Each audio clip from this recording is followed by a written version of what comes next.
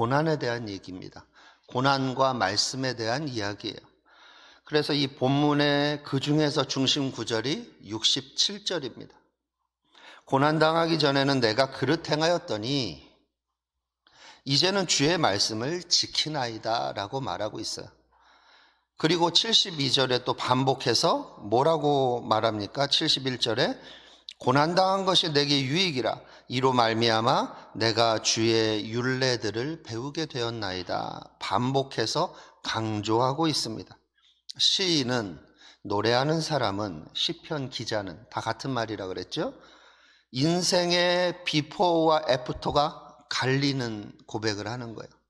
지금 이 시편 본문을 최초로 기록한 사람, 성령의 영감을 받아서 최초로 기록했던 그 사람은 우리는 누군지 모르지만 오늘 고난을 통해서 그의 인생의 비포와 애프터가 바뀌었던 사람이에요.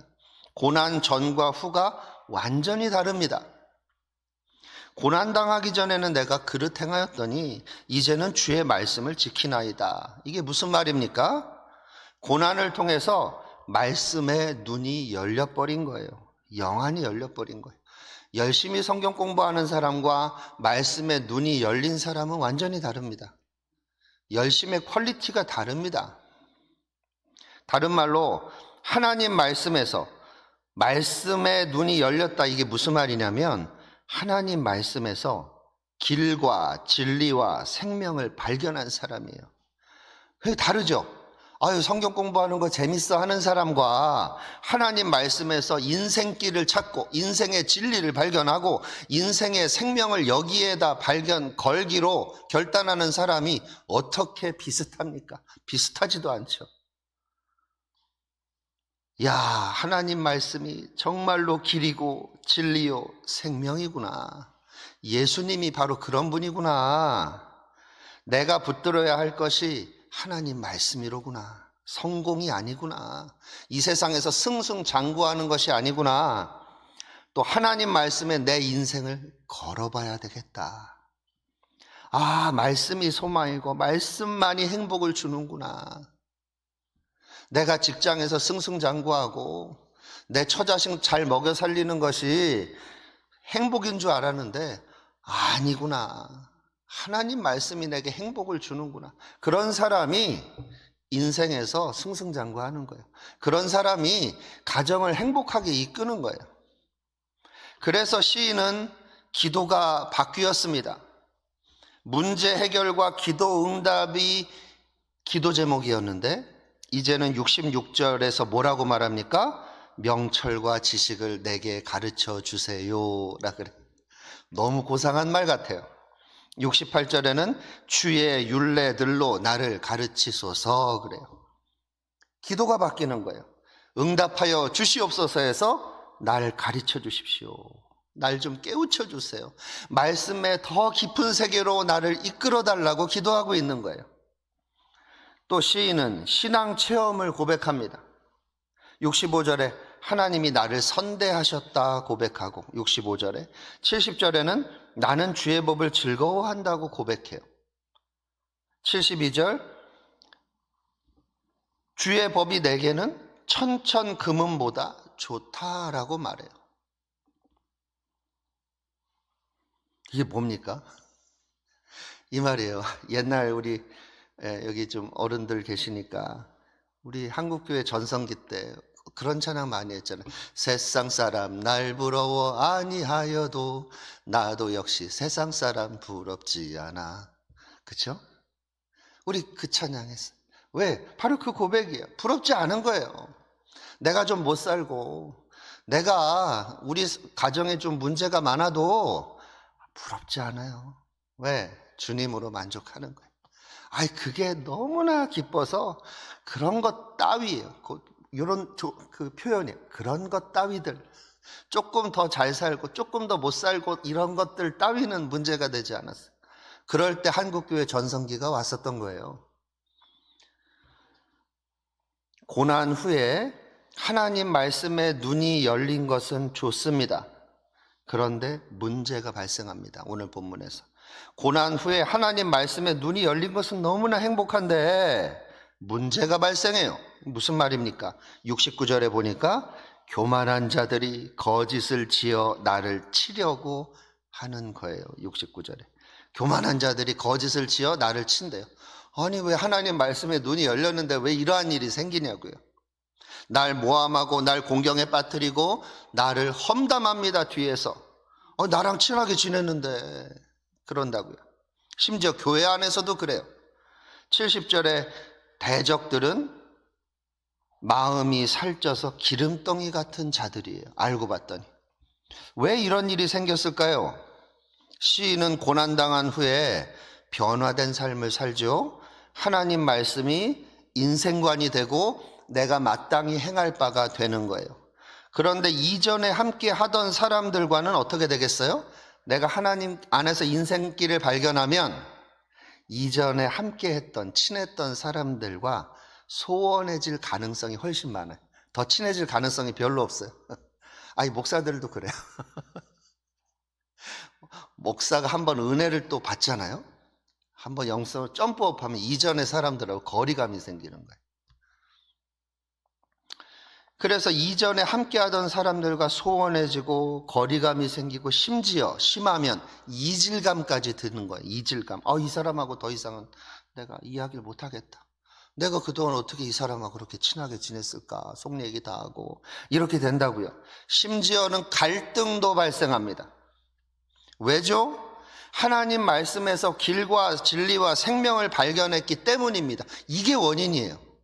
그 사람이 잘못한 것도 아니고 내가 잘못한 것도 아니고 하나님 말씀에서 길과 진리와 생명을 발견했기 때문이에요. 말씀에서 길과 진리와 생명을 발견했다. 이게 무슨 말이냐? 하나님 말씀에 눈이 열려버렸다는 거예요.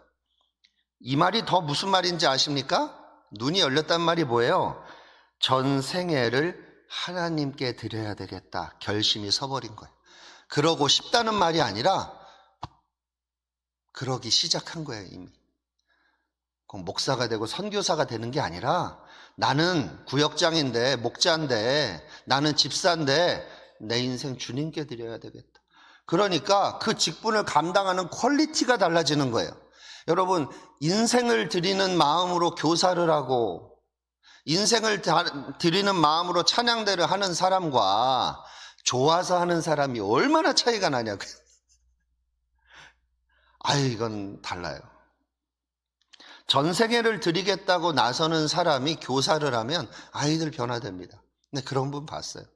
머리가 하얀 장로님인데 반을 맡아서 합니다. 예전 모교회에서. 출석률이 100%예요. 애들 생일이면 케이크를 가지고 집을 찾아가요. 그러니까 자율학습을 한다 그래서 옛날엔 그랬잖아요. 밤 10시에 끝나면 집 앞으로 가든지 학교 앞으로 케이크를 들고 갑니다. 이 장로님. 근데 이분이 얼마나 바쁘냐? 사업가예요. 회사가 잘 돼요. 그러니까 이제 충격에 빠져요. 왜? 그 당시 최고급 차를 타고 학교 앞으로 가가지고 케이크를 주니까 애들이 감동을 받아요.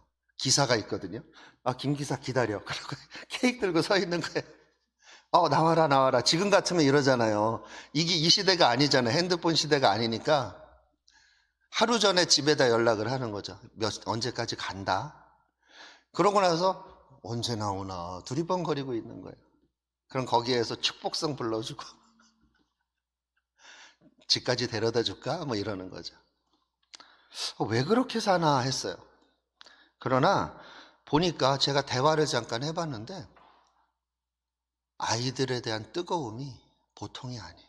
그 사명감이 담임 목사나 나나 똑같다 이렇게 생각하는 거예요. 그리고 나는 반을 맡아야 되겠다. 내 직분은 장로인데 나는 현장을 뛰어서 아이들을 만나고 싶지 그냥 행정하고 싶지 않다 그래요. 여러분, 전생애를 드릴 결심이 선 사람, 이러한 사람은 천국을 이미 맛보는 사람이에요. 사실은 이미 마음은 천국에 가 있는 거예요. 이 사람의 심령은 이 땅에 있지가 않아요. 무엇을 줘도 만족하지 않습니다. 월급을 올려주겠다 만족하지 않아요. 그런 것 따위로는. 그래서 하나님 말씀에 눈이 열리면 세상 친구들, 세상 쾌락, 세상 욕망, 세상 가치관과 멀어지기 시작하는 거예요. 너무 이질감에 싫어요. 왜냐하면 고난을 통해 우리 심령에 대한 통치권이 성령 하나님께 넘어가 버려서 그래요. 넘어가 버린 거예요. 그러니 내 마음을 내가 주장하지 못하는 거예요. 이 사람이 하고 싶어서 이렇게 하는 게 아니에요. 심령에 대한 통치권이 고난을 통해서 성령 하나님께 넘어가니까 이렇게 살고 싶어 사는 게 아니라 성령이 끌고 다니는 거예요. 이전에는 사탄이 끄는 대로 살았는데 이제는 성령이 끄는 대로 다녀요. 그래서 고린도전서 2장 12절과 14절에서 이렇게 말합니다. 우리가 세상의 영을 받지 아니하고 오직 하나님으로부터 온 영을 받았으니 이는 우리로 하여금 하나님께서 우리에게 은혜로 주신 것들을 알게 하려 하심이라. 14절 육에 속한 사람은 하나님의 성령의 일들을 받지 못하나니 이는 그것들이 그에게는 어리석게 보임이요 또 그는 그것들을 알 수도 없나니 그러한 일은 영적으로 분별되기 때문이라. 여러분, 세상의 영에 사로잡힌 사람, 세상 사람을 보통 어떻게 성경이 말하느냐? 세상의 영에 사로잡혔다 그래요. 또는 세상 신에 사로잡혔다 말합니다. 그 사람들이 그렇게 살고 싶어서 사는 게 아니에요. 사실은 사로잡혀서 사는 거예요. 세상의 영이 끄는 대로 사는 거죠. 그런데 이 세상의 영에 사로잡힌 사람과 성령의 통치를 받는 사람이 존재하는 거예요. 그런데 예수 믿는다 그래서 다 성령의 통치를 받는 게 아니라 말씀에 눈이 열리고 하나님 말씀에서 길과 진리와 생명을 발견한 사람이 성령의 통치를 받는 거예요. 성령의 통치와 예수 믿는 것은 본질적으로 달라요. 물론 더 근본적으로는 성령이 내주하시니 성령의 통치를 받죠. 그러나 이 초신자가 죄가 더 크고 세상과 더 친밀한데 성령이 통치를 받는 정도가 어떻겠습니까? 하나님 말씀에서 길과 진리와 생명을 발견하지 못하고 적당히 교회 생활을 하는 사람이 성령의 통치를 받는다고 할 수 있겠습니까? 본질적으로는 받겠지만 그에게 있어서의 성령의 통치는 몇 퍼센트 안 될 겁니다. 주일 성수하는 정도로 성령의 통치가 임할 거예요. 그러나 오늘 이야기는 그게 아니죠. 여차하면 선교사 나가는 사람, 여차하면 직장 정도는 때려치는 사람, 이런 사람들을 얘기하는 거예요. 그리고 내 인생 주님께 드리겠다 이렇게 나서는 사람 얘기하는 거예요. 오늘 이런 사람들은 갈등합니다. 더 이상 마음을 나누기가 어려워요. 고난을 통해 하나님 말씀에 눈이 열린 사람은 주변 인맥이 재편됩니다. 그래서 이 사람 주변에 어떤 역사가 나타나느냐? 떠날 사람 떠나고 다가올 사람은 다가와요. 그럼 어떻게 하면, 결론을 맺겠습니다.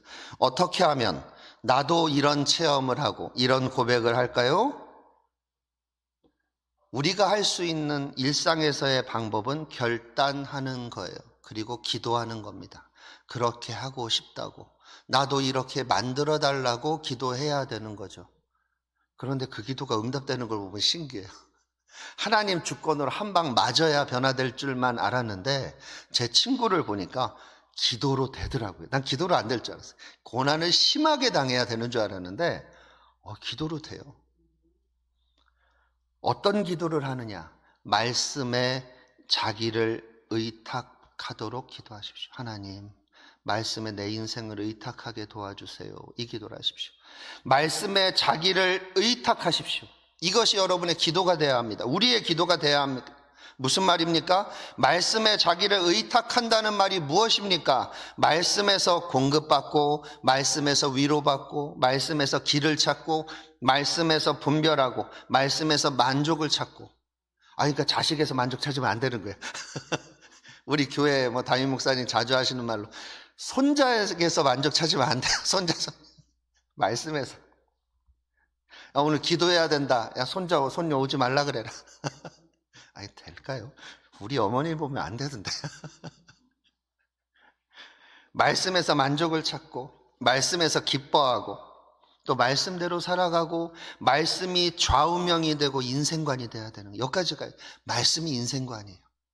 내가 죽었으면 죽었지 그렇게는 못 사는 거예요. 이전대로. 말씀대로가 아니면 영혼이 고통스러워서 견딜 수가 없는 거예요. 말씀대로가 아니면 영혼이 고통스러워서 견딜 수가 없는 거예요. 이것이 말씀에 자기를 의탁한 거예요. 이게 내 힘으로 됩니까? 성령의 도우심을 구해야죠. 성령의 도우심을 구하지 않고 되는 방법이 하나가 있어요. 오늘 본문처럼 고난을 당하면 됩니다. 그러니까 한국 교회에 그런 경우가 많아요. 질병을 심하게 앓은 후에 어떻게 돼요? 이렇게 돼요. 말씀에서 인생을 찾고 변화가 된다니까요. 그러면 이때부터 유유상종, 말씀에 눈이 열린 사람들을 주변에 붙여주세요. 성령께서 붙여주시는 거예요. 그럼 세상과 더 멀어져요. 옛날에 친했던 사람과 더 멀어져요. 그러니까 교회에서도 마찬가지입니다. 교회에서도 말씀에 눈이 열려 주님을 닮아가는 사람이 있다면 그 사람이 어느 정도 시간이 흐르면 이전에 대화가 잘 통하던 성도와 거리감이 생기는 거예요. 정체된 성도와는 거리감이 들어요. 어쩔 수 없어요. 그 사람과 싸워서가 아니라 영적 수준 차이 때문에 어쩔 수가 없는 거예요. 이게 정상입니다. 요한복음 2장 24절 25절에 이런 말씀이 있어요. 예수는 그의 몸을 그들에게 의탁하지 아니하셨으니 이는 친히 모든 사람을 아심이요 또 사람에 대해서 누구의 증언도 받으실 필요가 없었으니 이는 그가 친히 사람의 속에 있는 것을 아셨습니다. 예수님은 자신의 삶을 사람에게 의탁하지 않았습니다. 마찬가지입니다. 내 삶을 남편에게 의탁하는 거 아니고 아내에게 의탁하는 거 아니고 특별히 더 자식에게 의탁하면 절대로 안 됩니다. 아니, 남편과 아내도 안 되는데 무슨 자식에게 의탁합니까? 누구에게 의탁해요? 목사님에게? 교회? 안 돼요. 내가 좋아하는 목사님이 은퇴를 하거나 바뀌면 어떡합니까? 안 돼요. 그 목사도 사람입니다. 누구에게 의탁해야 합니까? 아니, 알잖아요. 예수님께. 여러분, 내가 가진 것에 의탁하지 말고 말씀에 의탁하세요. 사람에게 의탁하면 안 됩니다. 남편과 아내에게 의탁하지 마세요. 자식에게 의탁하지 마세요. 말씀에 나를 의탁합시다. 내가 축적해온 것, 심지어 교회도 목사나 리더에게도 나를 의탁하지 말고 하나님 말씀에 의탁하십시오. 그러면 말씀이 내 인생을 품어주시고 이끌어주심을, 이 말이 몰랐는데 무슨 말인지 알게 되는 거예요. 알게 돼요. 한번 테스트도 해보세요. 아우, 이 집사를 만나서 수다 떨면 너무 행복해. 말씀에 의탁해서. 아니다. 오늘 진짜 되는지 한번 내가 말씀과 기도를 통해서 이 집사랑 수다 떠는 것보다 더 큰 행복이 임하는지 내가 한번 기도해보자. 해보세요. 제가 그거를 많이 해봤습니다. 좀 미친 짓을 많이 해봤는데 백발백중이에요. 그런데 나 혼자 있기가 싫더라고요. 문제는. 근데 백발백중입니다. 은혜의 수준이 달라요. 기쁨과 만족의 수준이 달라요. 제가 말하는 거 좋아하거든요. 그래서 목사가 된 것 같습니다. 마무리하겠습니다. 우리 어떻게 살아야 합니까? 말씀에 의탁합시다. 네, 그러면 고난을 크게 당하지 않고도 고난 당한 사람처럼 주님과 친밀하게 하루를 보낼 수 있습니다. 기도하겠습니다. 하나님 아버지, 오늘도 코람대오하며 하나님 앞에서 살게 하여 주시고 하나님 경외하며 살게 하여 주셔서 오늘도 능력으로 승리하게 하여 주시옵소서. 이제는 우리 주 예수 그리스도의 무한하신 은혜와 아버지 하나님의 영원하신 사랑과 성령 하나님의 역사하시고 교통하시고 위로하시는 은혜가 하나님 말씀에 자기 인생을 의탁하기를 간절히 소원하는 모든 하나님의 백성들 위에 넘치도록 함께 있을지어다. 아멘.